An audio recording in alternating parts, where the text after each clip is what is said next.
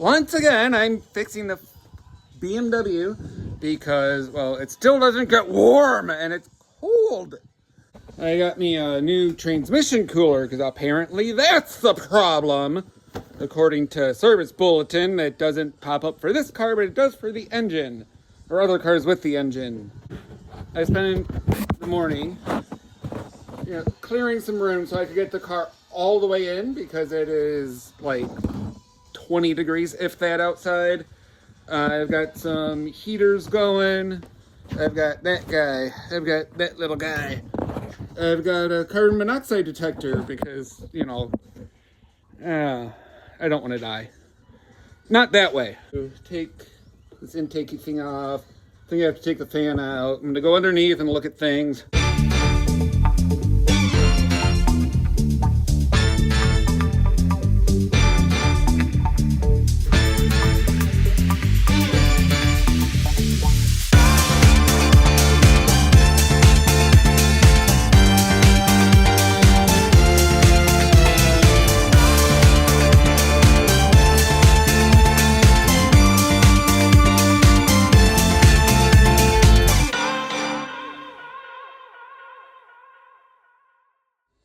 Alright, so here's the old one I just pulled out. Yeah, that was so easy. Okay.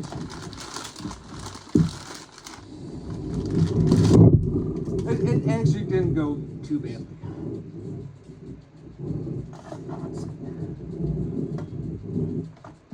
Get a look. Looks the same. These little hose clamps are nice. Help keep stuff from, gushing all over me. Even though the quick connects kind of went decently well this time, not really a fan of them. Because a lot of times they don't go well. Yeah. Oh good, it's leaking oil out. All over my floor. That's fine. So yeah, this is keyed. Got like a keyway and then a key.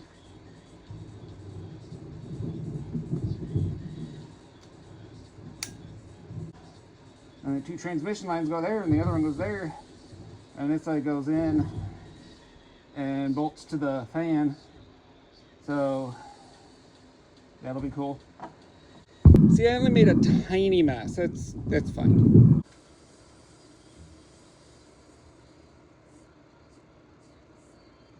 See, it kind of goes in like this.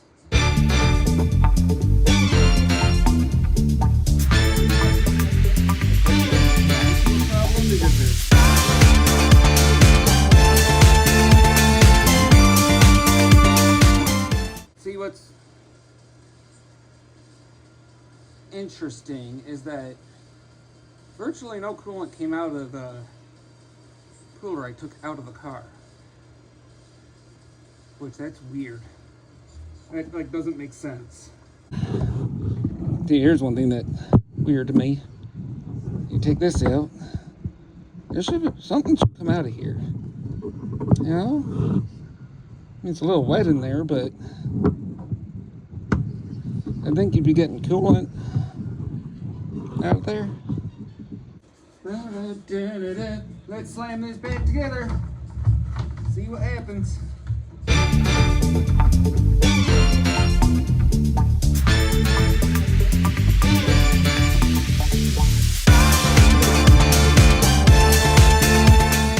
Alright, so I topped it up a little bit. I'm trying to use this little guy to get down there and break that little bleeder thing loose so I can bleed it. But there just really is not room to do anything. Still got no liquids coming out. And it's still pushing.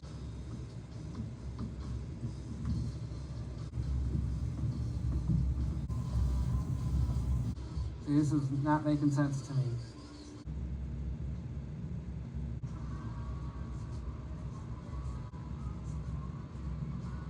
Where do dead folks go when they die? God's angels and try. Yeah, I've got a weird feeling there's something, like maybe this radiator's not proper. But you think if the coolant was never making it to the trans cooler, we'd have been having overheating transmission problems, which we've had no codes at all for that. It's not as loose as you can get it. I mean, that bleeder should be bleeding. Just a beautiful day in Michigan. And, you know, nice sunny weather. Good times. Just on our way to, you know, a time pertinent appointment early in the morning. Right now, four-wheel drive would not help because you can't see. Good morning. Again, it's many days, a couple weeks later. Back with this lovely thing in my very spacious workshop. I got all kinds of room to work here. So what I think the problem is where to go? This piece. So this is there's a plug in the bottom of the radiator. Well, apparently there's two different plugs depending on if you have the automatic or the manual transmission.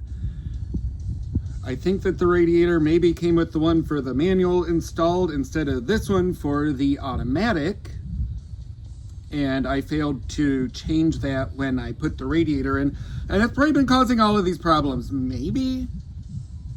Who knows? Why it didn't start throwing codes right away? Maybe because it was summer, so the engine still got hot enough. I don't know, okay? Yummy. Love some coffee. You know The Outsiders was in the movie theater blah blah blah blah blah recently? That's kind of cool. Anyway, I will get this thing up in the air, crawl under there. I'm going to drop the intercooler so I can get at the bottom of the radiator where this is. Also, it is very cold. It's like 0 degrees today in Fahrenheit. You know, so like in EU and Canada and other, you know, the metric countries, it's even colder. So little space heater, that thing, nah, it's still very cold.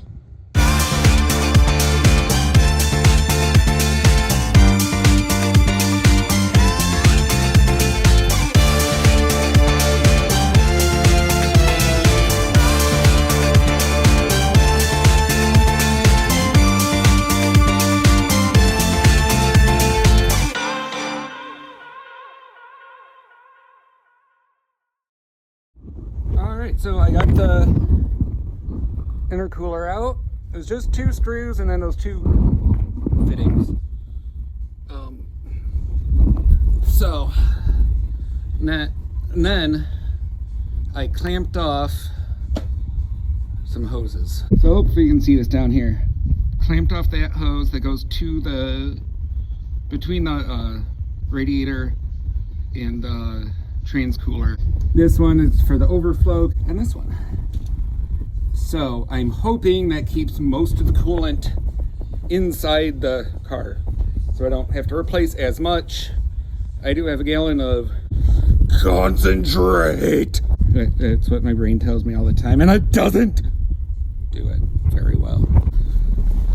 Let's get under here. I grabbed a, what is it, 22 mil socket to get at that. You can see right here, this is what I'm after. Remember kids, lefty loosey.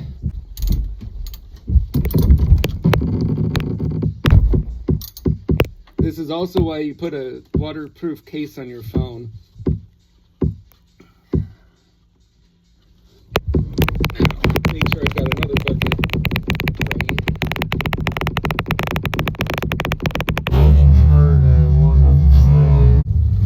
Now I'm going to try and shove this in the hole while it's still draining. That is some cold coolant. I am going to be both really happy and pissed if this works. I'll be happy because it's fixed. I'll be pissed at myself because I should have done this to get on the get-go. Also means I wasted a bunch of money chasing problems that weren't the problem. And that it was my fault and not the Germans' fault. But I'm still going to blame them for doing weird shit. Okay. It's in there. All right, so here's the plug that I pulled out. Notice how short it is? The other one's longer. That's different and wrong for the automatic. Now I'm really hoping that this hasn't caused some kind of damage to the transmission. I will very soon change the transmission fluid. Just 150, 60,000 miles, we should do that anyway. I'm quite hopeful that this fixes the problem. I don't quite understand why a problem with the transmission cooler causes a low heat problem, but apparently it does. All right, time to put this intercooler back in. Okay, hold on. I gotta get this thing back over on here.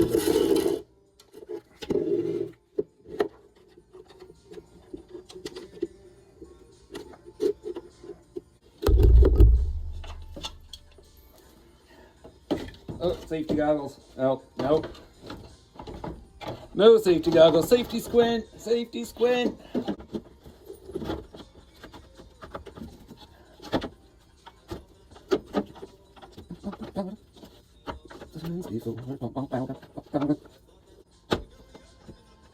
Okay, now that I've got it kind of in place, so taking out the intercooler was quite easy.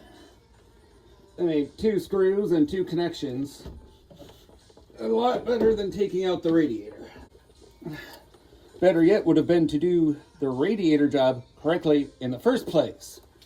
This made better content for y'all. More entertainment. Watching me suffer.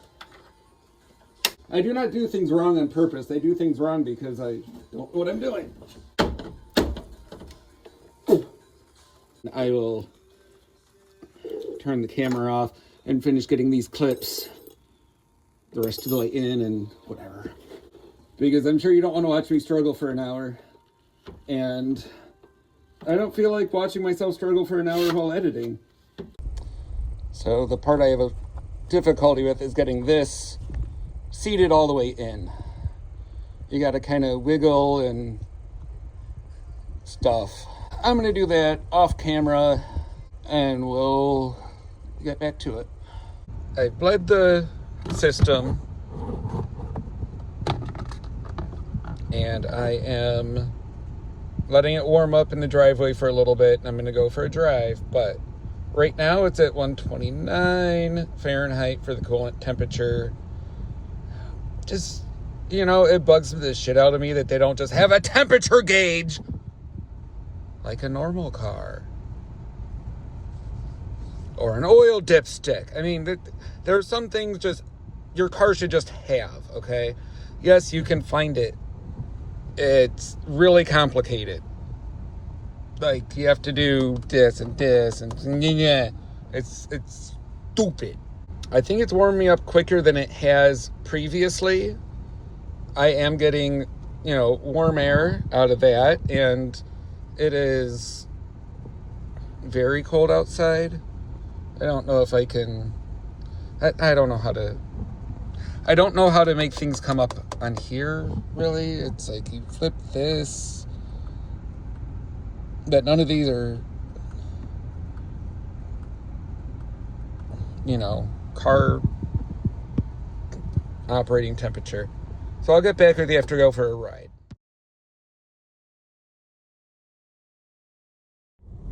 It's time to play Where is My Lane?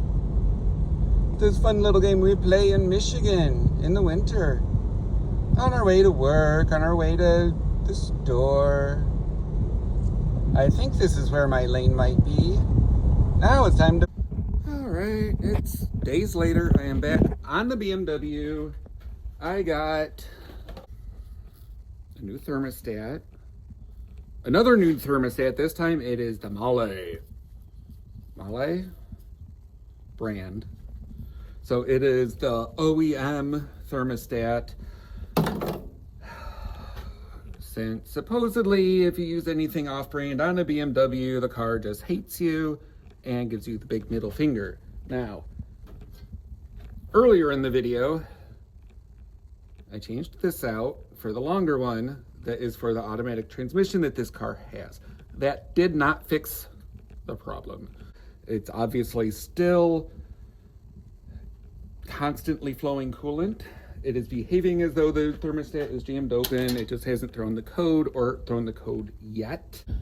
And hopefully that fixes the problem, because it would be nice to drive this car and not freeze your ass off, because it is cold. It is, today's like 10 degrees. Yesterday it was like -8. And that is real temperature, not wind chill. And in Fahrenheit, so I mean it's cold.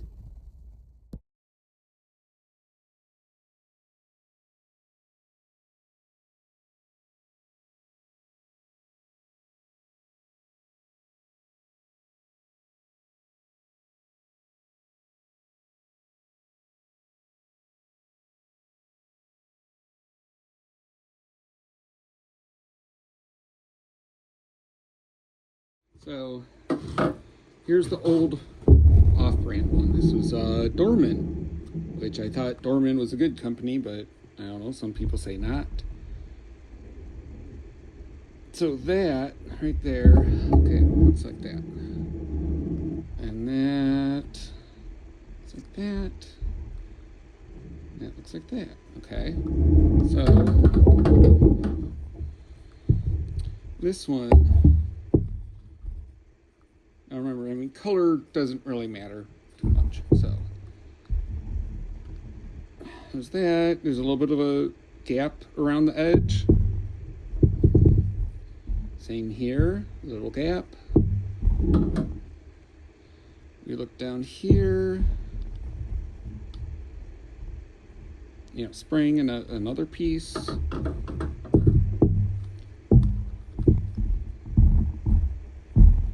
Spring looks a little different. Like there's more coils to it and they're thicker. Other than that, looks, you know, the same. Here, it looks to me like there's more, you know, of that gray piece showing around the inner edge of it before that brass looking bit. Then down the same portion of this one. So I am wondering if that indicates that the old one is indeed stuck open and this one is not. I'm going to put this one in because it's the, right there, see?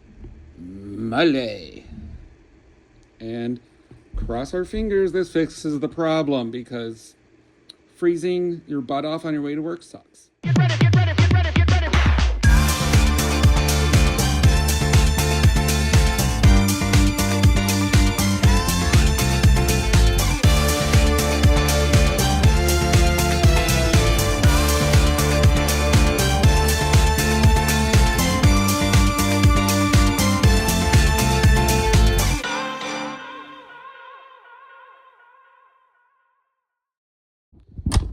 So when I unhooked one of these, water went into here.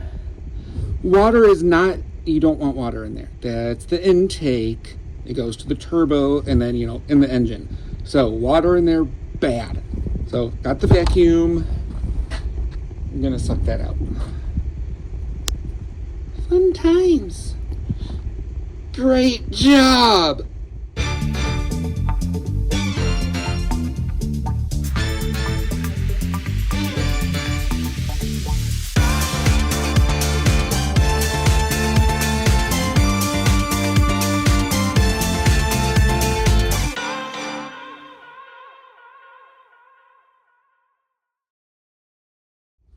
Alright, so I've got everything back together except one thing.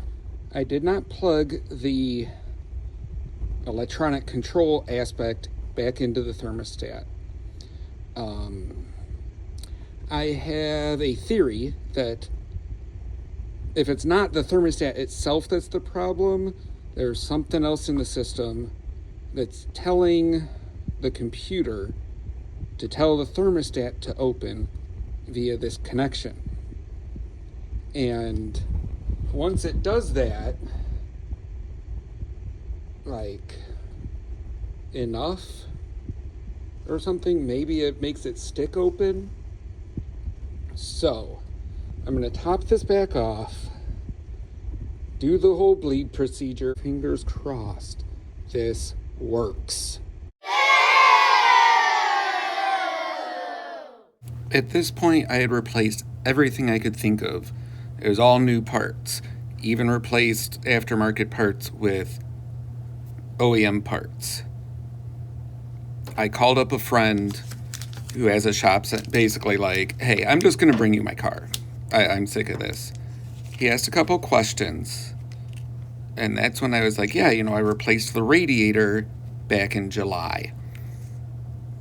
He made some calls to his supplier and came up with this following information from BMW. These show the exact same problem, and the problem was the aftermarket radiator. And here's the second one. It's mind-boggling to me that they can make a radiator wrong. But, whatever.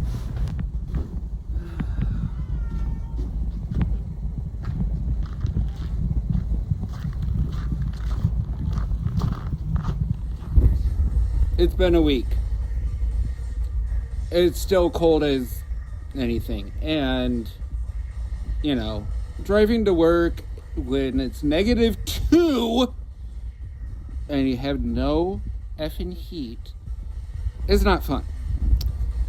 I talked to a friend who talked to his friend who knows even more about Beamers, and apparently aftermarket radiators cause this problem. I don't understand how exactly, but I'm just throwing it up there to, the Germans being like, we make it such that you cannot use anything without our logo on it. You must follow the rules. Follow the rules or you else.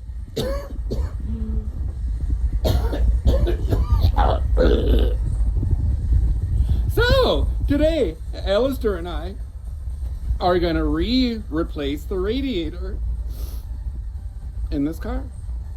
Because that's what I love doing, is redoing a job that I already did. That's fun. Get ready, get ready, get ready, get ready.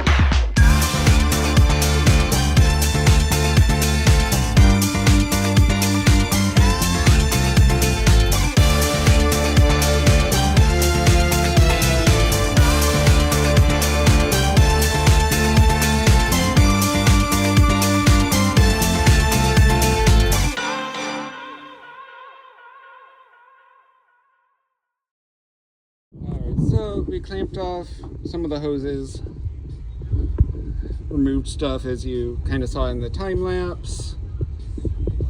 Now we have to take, this came off of the old radiator. We have to unbox that one, put like this on there, and kind of the same process but backwards. And I have no idea what the difference is between the two radiators. It's got to be something internal that makes them somehow different. There's this plug here, and it is different than the plug that's in the old one.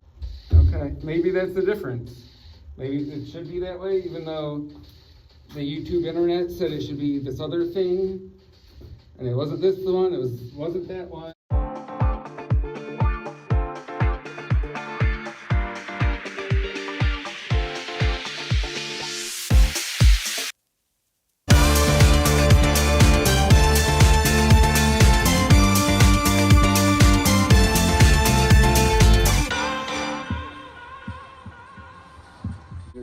crack the bleeder.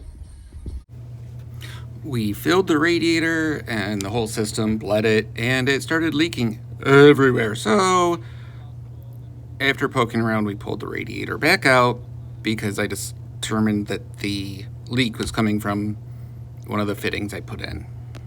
All right, so I figured out the difference between the two radiators. So this is for the trans cooler, these two. If I cover this one, this is the old radiator, the aftermarket, you know, Amazon special. When I blow in here, the air comes out here.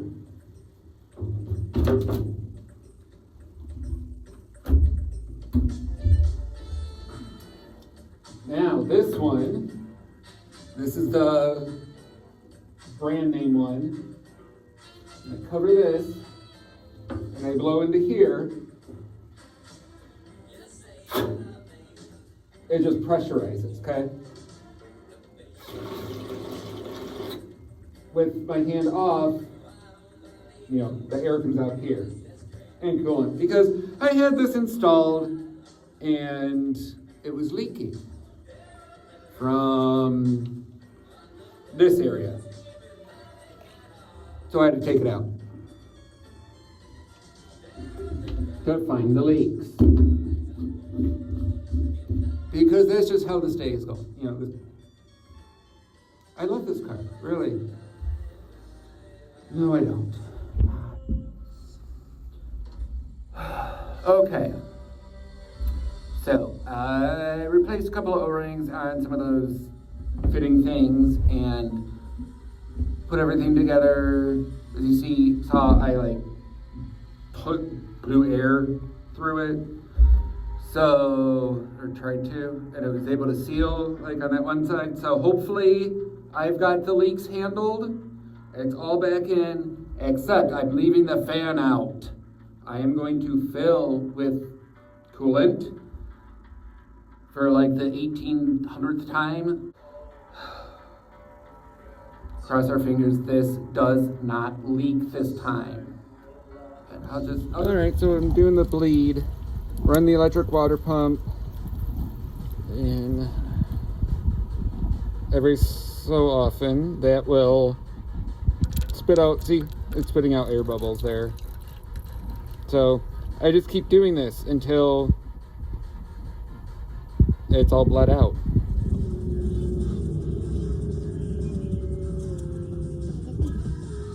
Little dance party.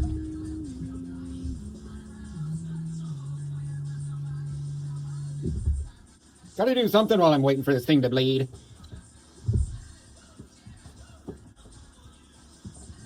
Why is the intercooler out? Well, that's because when there was the leak and I couldn't see where it was from exactly, I took the intercooler out so I could try to see where the leak was coming from. So now I get to put it back in and fight with the fittings that go in here.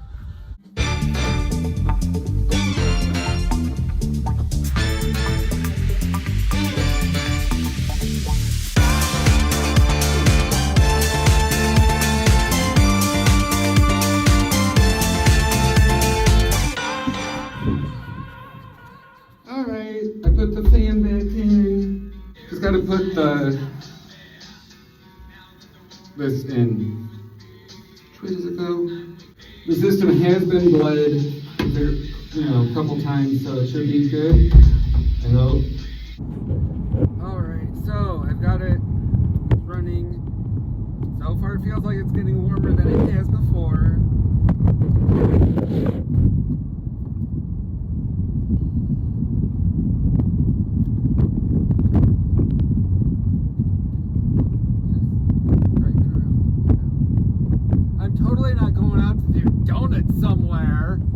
That is the highest I have seen the temperature get this quickly